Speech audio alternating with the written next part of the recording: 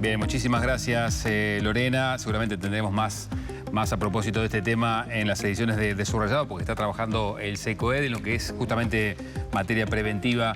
Más allá que afortunadamente, bueno, se anuncian precipitaciones para las próximas horas, es bueno este trabajo de prevención que se hace por parte de la comuna y también de las autoridades de bomberos. Bueno, vamos con nuestra primera entrevista. Ustedes saben que durante esta temporada de verano empezamos obviamente a sentir las altas temperaturas. Para eso es clave conocer cuáles son los cuidados, las medidas para prevenir golpes de calor, por ejemplo, eventuales casos de deshidratación, y qué riesgos, qué impactos en particular puede tener esto en los adultos mayores, qué cuidados hay que tener con los adultos mayores. Y es por eso, y de este tema y de otros que vamos a conversar a partir de momento con Yanela Macera, que es la presidenta de la Sociedad Uruguaya de Gerontología y Geriatría. Macera, ¿cómo le va? Buenos días, gracias por acompañarnos. Buenos días para ustedes, feliz año. Muchas gracias. Y muchas gracias por convocarnos. Un placer. Muy bien. Bueno, han pasado las fiestas y antes de arrancar con esto de los golpes de calor, han pasado las fiestas. Son tiempos de celebración para mucha gente, pero bueno, para soledad en muchos casos. ¿Cómo termina impactando emocionalmente las fiestas, estos momentos en los adultos mayores? Bueno, la soledad es un problema mundial, ¿no es cierto? Y Uruguay no escapa de eso. Como yo siempre digo, tanto los niños como las personas mayores son el futuro, y más para nuestro país. Las personas mayores son el futuro, hay que cuidarlas, porque somos el país que tiene más personas mayores en América. Entonces, nosotros vamos a tener 2 años de sobrevida más en poco tiempo. Tenemos que lograr que sean independientes esas personas, entonces que sean no solo independientes, sino que puedan controlar su vida. Entonces, esas personas mayores hay que cuidarlas en varios aspectos. La soledad es una de ellas. La soledad, como les dije, no escapa a Uruguay a lo que es el mundo. Si bien en otras partes del mundo se han tomado otro tipo de recaudos para esto, o sea, Inglaterra, Japón tienen un ministerio de la soledad, por ejemplo, es increíble, donde allí se fomenta para que estas personas no lleguen a esas etapas. También la soledad, esto es muy personal lo que voy a decir, la soledad, como uno a veces ve publicado, es querida o no querida. Yo creo que la soledad nunca es querida.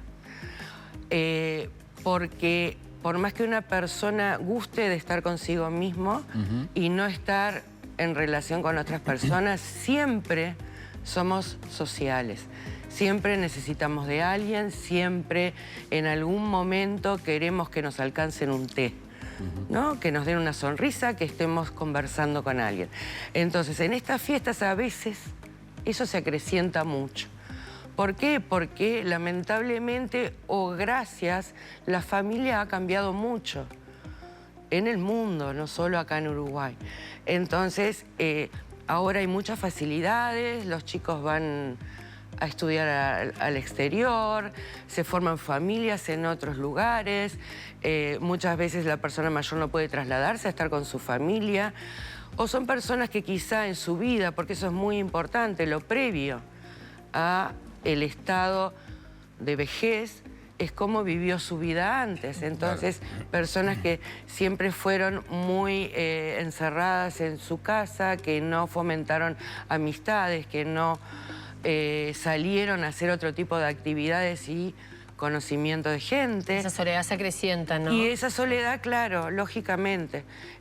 ¿Por qué? Porque sí, las personas crecen y las personas van perdiendo lo poco que tenían, quizá. ¿Y ustedes ven problemas de salud mental en torno a la soledad? O sea, diagnosticados por personas mayores con determinados cuadros o situaciones por la soledad. Si bien el uso de psicofármacos y otras terapias está muy extendida acá en Uruguay, a veces es necesario porque hay un alto índice de depresión en las personas mayores. Depresión y ansiedad. A veces reactivas a una situación, o sea que es normal que tú te deprimas porque pasó algo puntual, es reactiva, pero a veces es un conjunto de situaciones que llevan a la persona a tener un bajo estado de ánimo hasta la depresión. Y, por supuesto, lamentablemente el suicidio. O sea, las personas mayores son las que más se suicidan en nuestro país. Aparte de ser el país que tiene la más alta tasa de suicidio, es increíble. Tenemos 20% en 20 personas en 100.000 habitantes. Una de las más altas del mundo. Y la mayoría son personas mayores. Bien. ¿Cuáles son para las personas mayores las principales complicaciones que se enfrentan ante las condiciones climáticas que estamos soportando ahora con temperaturas, bueno, ahora ha bajado un poco, pero con temperaturas muy altas realmente por encima de los 37 grados? Bueno, el tema es que la persona mayor con el envejecimiento, varios órganos van cambiando en sus funciones y en su estructura. Uno de esos órganos muy importantes es uno muy pequeñito, que es como una arveja que tenemos en la base del cerebro, que es el hipotálamo. El hipotálamo regula muchas cosas a nivel hormonal y neuronal. Regula la sed, regula las ganas de beber, regula la temperatura, regula hormonas, produce hormonas. Entonces, ¿qué sucede? Cuando esa glándula con el envejecimiento va cambiando determinadas sensaciones que tiene la persona. Entonces, por ejemplo, la persona mayor siempre van a ver que hay que darle líquido porque naturalmente ellos no tienen sed. Pierden la sensación o se disminuye mucho la sensación de sed. Entonces, hay que buscar la manera de hidratar a esa persona, eso es lo primero. Entonces, cuando... Son más propensos, perdón, a hacer cuadros de deshidratación. Cuadros de deshidratación, agotamiento por calor y lo que es peor es el golpe de calor, claro, como tú lo mencionaste muy bien. Entonces, una de las cosas importantes es hidratar. Y cuando hablamos de hidratación, hay dos cosas muy importantes que hay que tener en cuenta. Primero, como esa persona no quiere beber... ¿Cómo hacer para hacer que efectivamente tome agua? ¿Cómo hidratarlo? Exactamente. Entonces, pónganse en esa situación ustedes, personas jóvenes, y no tienen sed. En este momento no tienen sed. Pero si les ofrecen una bebida saborizada con fruta, la prueban.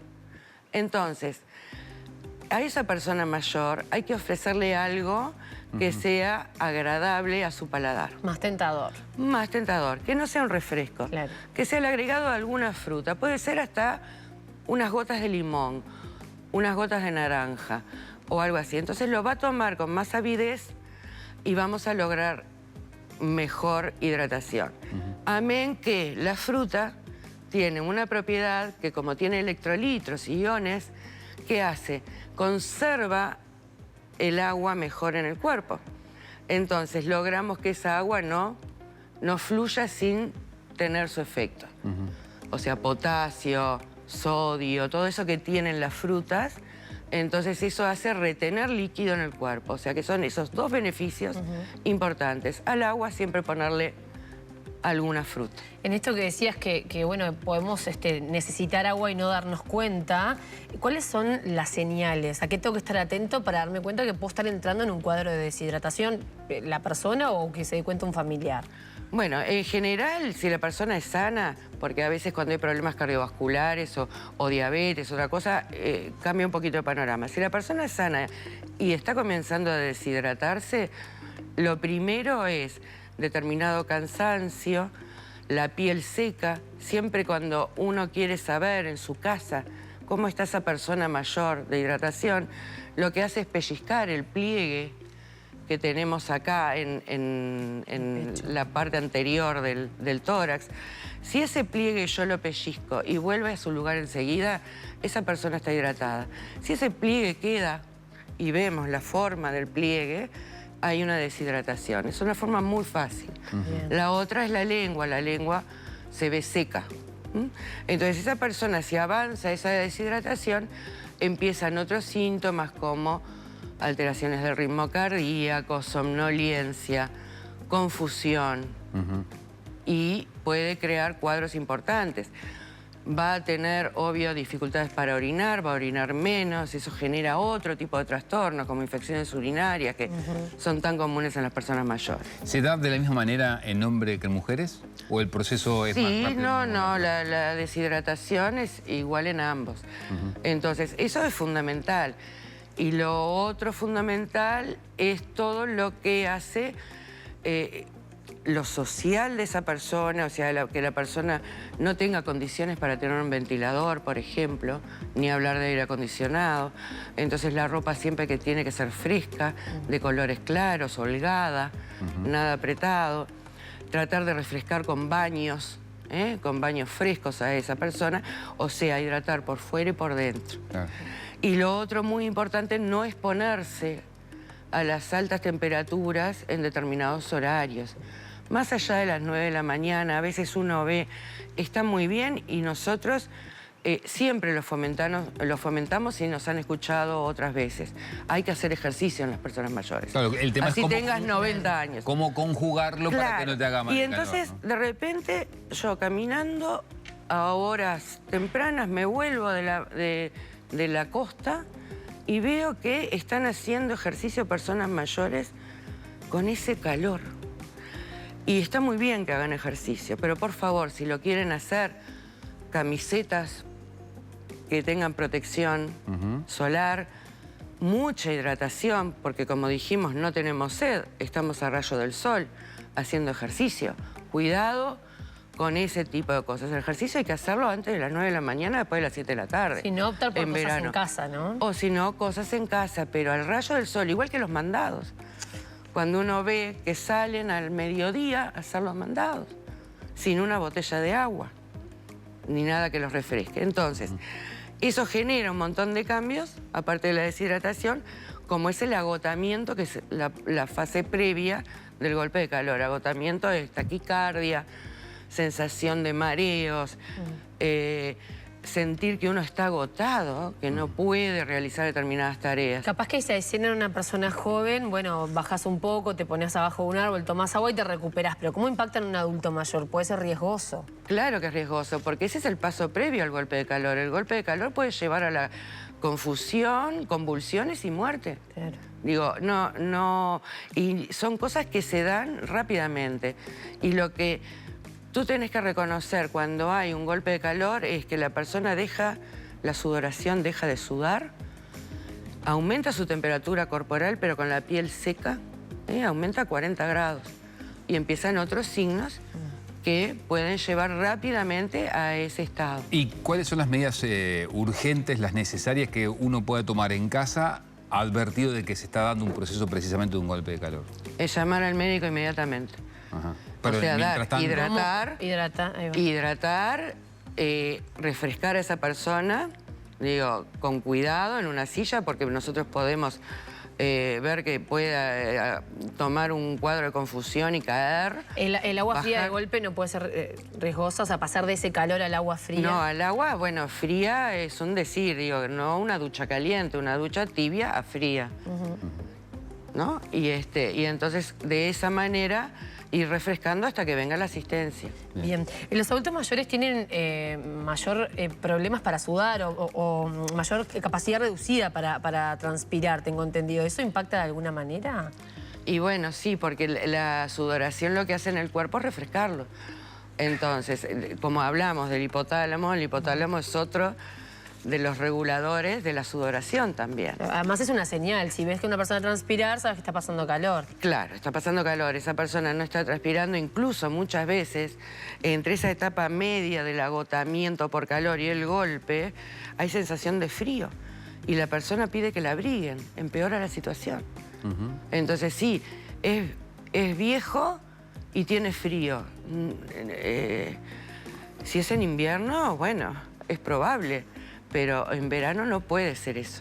O sea, son ciertas situaciones que uno ve y que van rápidamente avanzando hacia un empeoramiento de esos signos. Desde la Sociedad de Geriatría, ¿han advertido que con el paso del tiempo se vienen incrementando estos casos de deshidratación o golpes de calor en adultos mayores?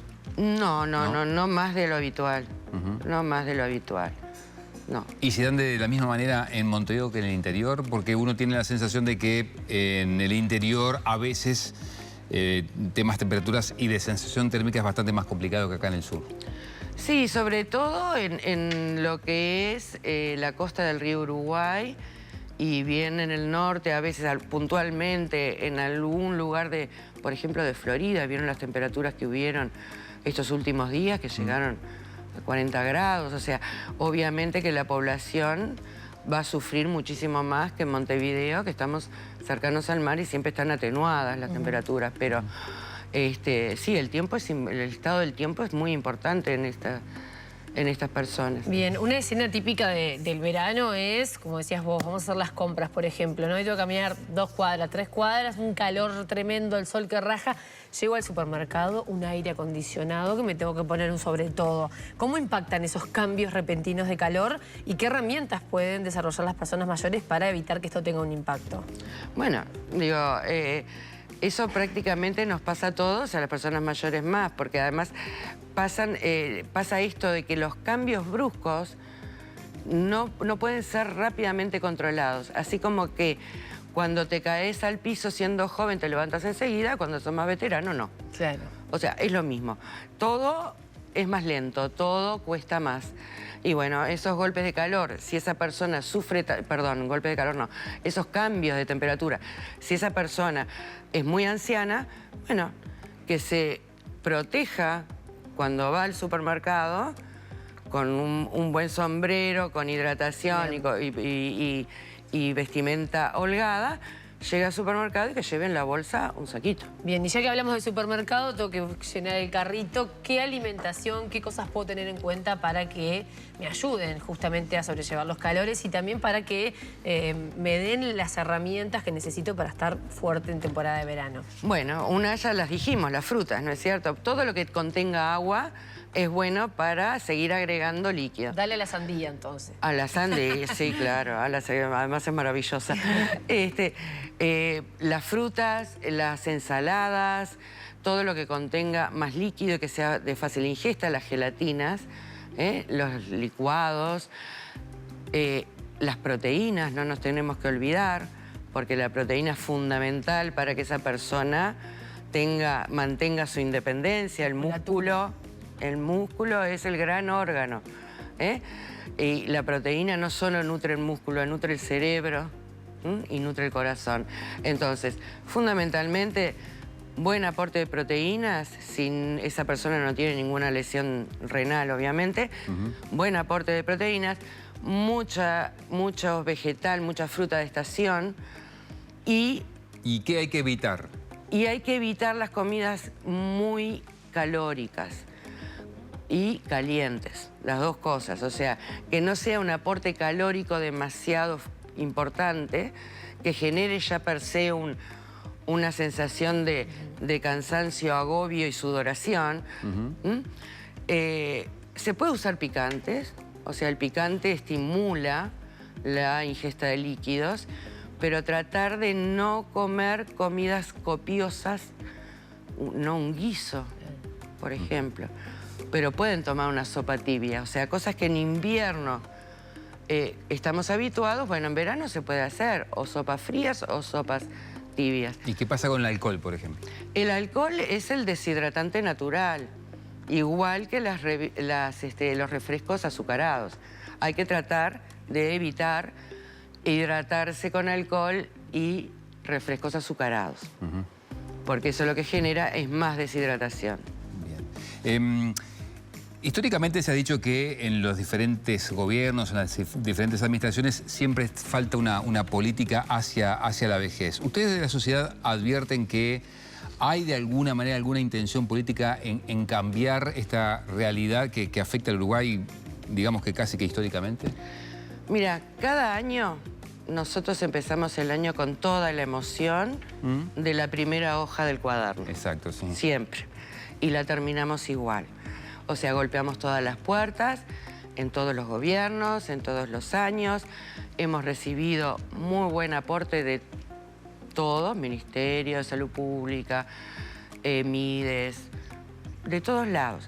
O sea, es muy difícil concretar acciones porque hay muchos integrantes, actores, no solo políticos, sino de la sociedad civil, en la cual nosotros estamos también participando. Está la academia, la unidad académica de geriatría, estamos nosotros, están muchos grupos sociales, entonces es muy difícil una conjunción. No es buena la interacción, digamos. Es buena la interacción. Es buena. Es buena. Pero no la el tema concreción. que, claro, es muy difícil el trabajo de tantos actores con tantas expectativas. Lo que nosotros siempre abogamos, que lo dije al principio, los niños son el futuro, pero los viejos más. Porque estamos en un país de viejos donde nosotros tenemos que tener viejos que sean independientes hasta el momento de su muerte. Pero ¿Por eso qué? es una... Sí. No, es un pensamiento que se tiene claro desde los diferentes gobiernos. ¿Los políticos tienen claro eso o el discurso de que la niñez y la juventud es el futuro y los viejos ya no importan tanto? Y bueno, creo que nadie por cultura en el Uruguay tiene claro eso. No es solo a nivel político. O sea, la vejez tiene poca prensa. ¿Ah? Poca no o usted, mala. Poca prensa. No ustedes porque me invitaron. Pero, ¿entienden? Sí, es raro Entonces, igual, ¿no? Con la cantidad de adultos mayores que tenemos. Pero Y además... si uno lo piensa, desde la perspectiva política, diría, bueno, ahí está el caudal de votos también, ¿no? Podría llegar a pensar. Claro, el caudal de votos y además hay otra cosa. Mueve la economía la vejez. Nosotros vamos a tener veteranos que tienen además una impronta, un conocimiento, que son capaces de hacer muchísimas cosas y que nosotros tenemos que abogar porque ellos estén bien. ¿Por qué? Porque eso repercute en el sistema de salud. Si yo estoy bien, no necesito gastar. Si yo estoy bien, puedo ayudar. Si yo estoy bien, no soy una carga. Y con todo, en el Uruguay, solo el 6% está institucionalizado. Y solo el 14% de la población de personas mayores está moderadamente con alguna incapacidad, algún tipo de incapacidad. El resto están geniales. Entonces vamos a fomentar eso, vamos a bajar esos índices de 6 y 14%, estimulemos al ejercicio, estimulemos a la buena alimentación, así sea una persona con dificultades económicas, porque hay maneras de alimentarse bien con dificultades económicas. O sea, esto es enorme. Pero entonces, como siempre, para tener éxito en una política, hay que tener éxito primero en la prevención. Y si nosotros no prevenimos desde la niñez y dar una educación a esos niños que atiendan a las personas mayores, que vean, que las hagan parte de su familia, de su entorno, que colaboren, que realicen una buena vida, que tengan una buena nutrición, que hagan ejercicio, eso lo van a mantener hasta que se mueran. Yanela Macera, presidenta de la Sociedad Uruguaya de Gerontología y Geriatría, muchas gracias por acompañarnos. Un gusto, muchas gracias a ustedes.